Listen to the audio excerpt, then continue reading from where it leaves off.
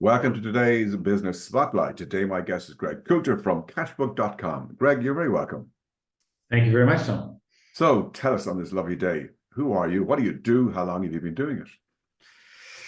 All right. Okay. So the big question. I've been doing what I've been doing for about 25 years. I was telling you just earlier that my Cork accent is a little bit different from most. I'm from New Zealand originally, and as you said, I had the good fortune of meeting a good Limerick woman. So I ended up coming to Limerick from London, and I was always involved in finance and I wanted to get more involved in the IT world. So I got involved, started working with Cashbook, and they did bank reconciliation, something I was familiar with. And they started to automate bank statements and all sorts of things. And so I started working with this company, thought it was great, and liked it so much that I rounded up a few people and we bought out the business. So that's the story. In 2002, did an MBO, and I've been the CEO ever since.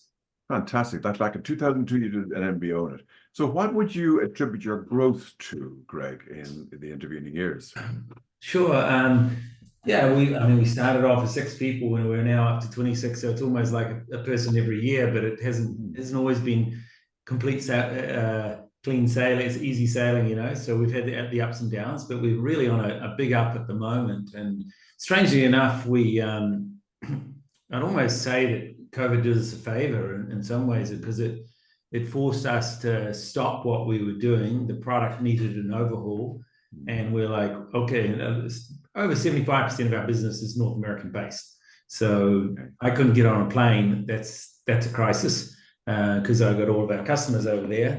So we said, right, okay, we know our product. We had a client server version. We knew we need to overhaul it. We kind of had 1 or 2 people working on the web solution, and we just kind of had to put all the pieces on the table and go for black and go for and build out that web solution that we knew could be really powerful and could really help the customers. So that's what we did, and used that period, and we're on our 3rd year of 20% annual compound growth. So we're and I think with next year looking really strong. So we've already got in the bank that we're going to be doing 20% up this year. So it's nice.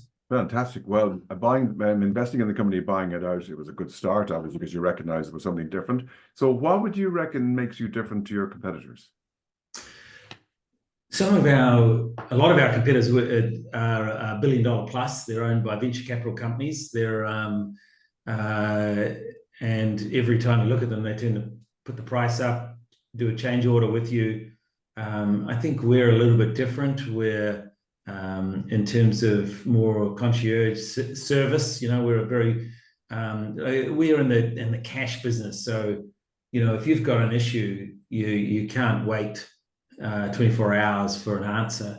So we really, I think the team that we've put together here at Cashbook is a group of people who care a lot about the company, and they know how important the customers are. So the difference between us and some of our larger competitors is we're a bit closer to the customers, I think, and we really make sure that they have a good outcome in every project they do with us.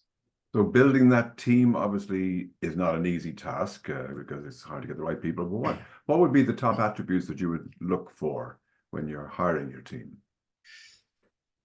Okay, I'd say trust is key. Obviously, you've got to have the capabilities, the firepower to deal with the workload, which is challenging. Nobody comes to us because everything's running really smoothly and really easily. If it's like that, you won't pick up the phone and talk to us. You talk to us when you've got thousands of invoices, which is slowing up people's time. We did a bank reconciliation project the other day, 59,000 transactions in a month. We automated over 90% of them. That's pretty powerful. So that is very powerful. 59,000, you were able to automate that overnight, literally. Over 90% of those were automated. Wow. So Fantastic. yeah, that's the people that we want. We want we want to build a really good environment where people, you have to be able to communicate as well. There's a lot of people might be very good in one particular sphere, but if they're not able to communicate about what it is that they're doing and what the challenges are, then we generally get together, finance and IT people together, and solve a problem where nobody really knows the answer, but we just work together and try and work out what the best solution is with the client. So you bought it back in 2002. Looking back, if you were to start it again, would you do anything differently? Probably thousands of things. Honest answer, yes. Yeah. So yeah, lots of learnings along the way. I think that sometimes you don't get things right first time. That's the learning for me, and in terms of that we and you learn from those mistakes. And I think my own team as well. You have to give people the capability of you have to give them the responsibility, and they make a mess up from time to time, like I do, and then you try and work out how can we do it better, and we've got to have that honesty and that openness to look at yourself and say, hey, could I have done that better? And if you can do that, it's pretty powerful because but yeah, we great teams are built rather than just like instantly coming together. I think that's one of the learnings that I've definitely had. I like that analogy because at the end of the day, if you're not admitting to mistakes, then you're not trying hard enough. If you're not failing, you're not trying enough, sort of thing. Which is kind of an interesting way of looking at things. So, what would you say you've noticed and what you've learned most about yourself as a person since you became a business owner as against an employee? What I've learned about myself. I've been a business owner for so long, I've forgotten. But I mean, I always wanted to do that. I wanted to run my own company. I didn't. I know myself. I don't like people telling me what to do. So I don't like to tell people what to do. I try and give people the opportunity to make their own decisions and solve problems themselves. So that's one thing I knew I was always going to be in business, and just trying to work out what was something that I was passionate about. And this finance world, which I started off in finance, and I realized that I hated the monthly and bank reconciliations. So now I'm trying to eliminate them from other people's lives. Fantastic. So tell me, what advice would you give to an 18-year-old you? I guess you've got to do your time. You've got to you have to you have to try and be excellent in everything you do. You have to it's funny you say that because I've got my 20-year-old son working with me starting as of 2 weeks ago, and I'm trying to impart him. He'll be watching this, so give a good answer. Yeah, he might be. That's right. But I mean, you've got to respect where you come in the position, and there's some people, and I know in our organization who've got tremendous knowledge, like people way smarter than me, who I respect greatly, and they can teach you things, and you've got to be open to learning from that. And it's actually a bit tiring when you come into an organization, and when I first started, because the limited knowledge that you pick up at university, you've just got so much more to learn. And I was doing a training session this morning about a sale process that we're working on right now.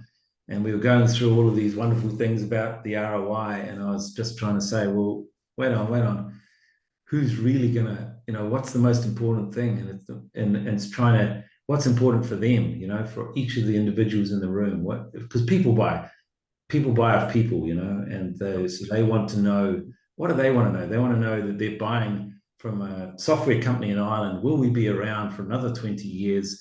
Can they trust us to get the project done completely? Will they make some benefits? Will their career be enhanced by buying cash? But they're all the things that they're trying to understand in a 1-hour meeting. So the advice to your 18-year-old son or otherwise or younger person is to learn.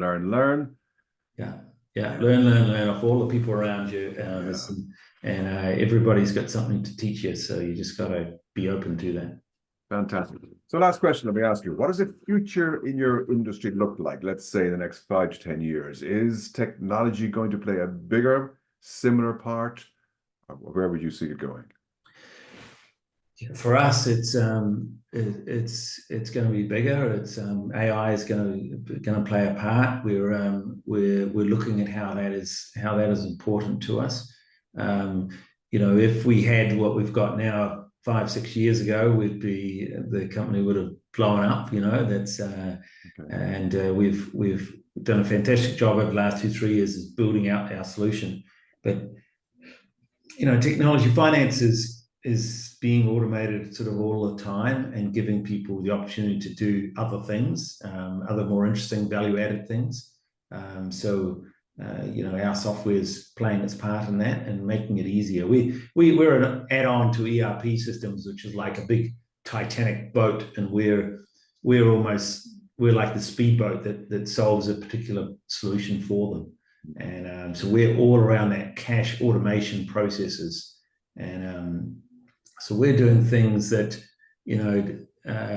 that people really don't want to be doing. We're automating all the functional things, but then it's expanding out into visibility on cash flows, which let people make the decisions on how they drive their business. But AI is going to, it's because there's a lot of communication going on with customers, and I think some of that we can automate through AI tools.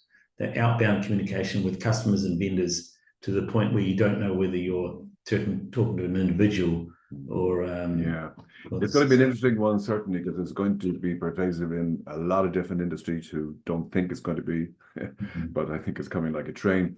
But I think the ultimate thing, what you're saying there, what you bring to the table is time. So you can actually, one of the values you bring to a lot of your customers is, hey, you want some time back? Yeah. How many hours can we save? If we saved you 10 hours a week, what would that be worth to you? Hey, fantastic.